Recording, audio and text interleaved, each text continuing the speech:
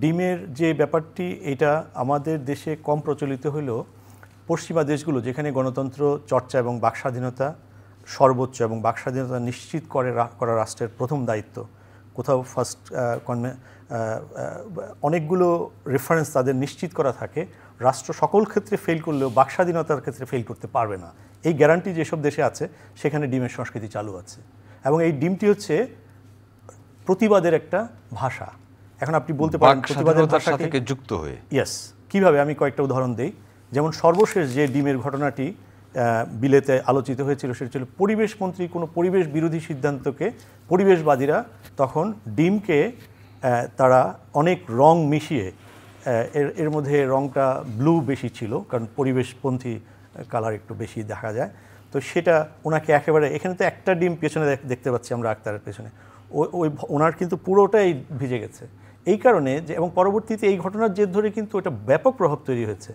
কী কারণে? কারণ হচ্ছে কি, যখন ওখানে প্রোটেস্ট হয়, যেখানে আসলে তো আমরা কি পাবলিক মানুষকে শুনি, আমাদের সরকার ব্যবস্থা এবং রাজনীতিকে কি মানুষকে শোনে, মানুষের কথা কি গুরুত্ব দেয় না বলে প্রতিবাদের নতুন নতুন ভাষা এখানে সংযোজিত হচ্ছে এবং অপমান করার মোটিভে, এখানে মোটিভ একটা অনেক বড় ব্যাপার। একটা হচ্ছে যে এটার যে টুল হিসেবে, আরেকটা হচ্ছে যে মোটিভ।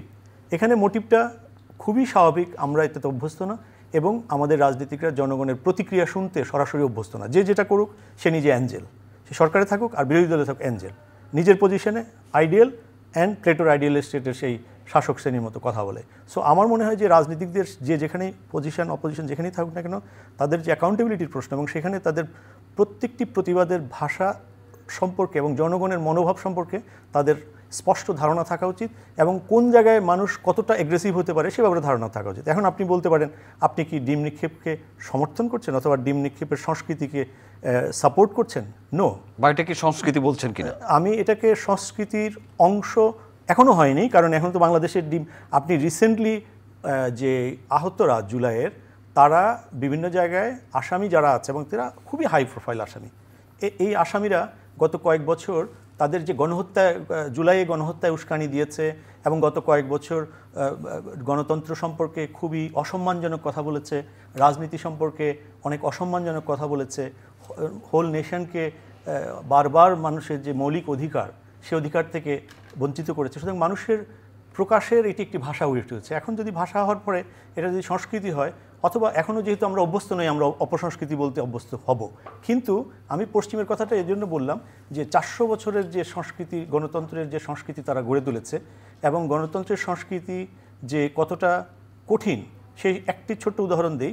সেটি হচ্ছে, আপনারা জানেন যে ব্রিটিশ রাজপরিবার সারা পৃথিবীতে অবাধে ঘুরে বেড়ায়, হাই প্রোফাইল তাদের ডিপ্লোম্যাটিক ইমিউনিটি এবং নানা কিছু নিয়ে, কিন্তু মানুষ এতটাই সিরিয়াস, এটাকে আমি প্রতিক্রিয়াশীল বলবো না, এটাকে বলবো সিরিয়াস, যে তারা যখন পাউরুটিতে কামড় দেয় তখন পত্রিকায় ওই ছবিটার নিচে ছেপে দেয় যে তোমার এই সফরে, রাজপরিবার তোমার এই সফরে আমাদের 4 মিলিয়ন ট্যাক্স পেয়ার মানি গেছে, তোমার কি লজ্জা করে না? এইটা আমরা আমাদের কাগজগুলোতে ছাপি, ওখানে আমার একটা নিউজ পেপার আছে বাইলিঙ্গুয়াল। সো এটার জন্য তো আমাকে কোনোদিনই রাজপরিবার অথবা সরকার থেকে কেউ বলে না যে তুমি এটা কেন করছো। ওই সংস্কৃতিটা, অর্থাৎ রেজিলিয়েন্ট রাজপরিবার বলুন আর রাজনীতিকরা বলুন, ম্যান্ডেলসন যখন ডিম খান তখন পরিবেশ যে নীতি পরিবর্তন করেন ওই ডিমের কারণে। এখন এটাকে আপনি কি সংস্কৃতি অথবা অপসংস্কৃতি কোনটা বলবেন, সেটা হচ্ছে অভ্যস্ত হওয়ার পর। আমাদের এত সেন্সিটিভ হলে চলবে না। আমি মনে করি আক্তারকে যে ডিম মেরেছে, কেন ডিম মেরেছে? এই যে ওখানে যে প্রবাসী আওয়ামী লীগ কর্মীরা আছে তাদের মনে কিন্তু অনেক যন্ত্রণা আছে।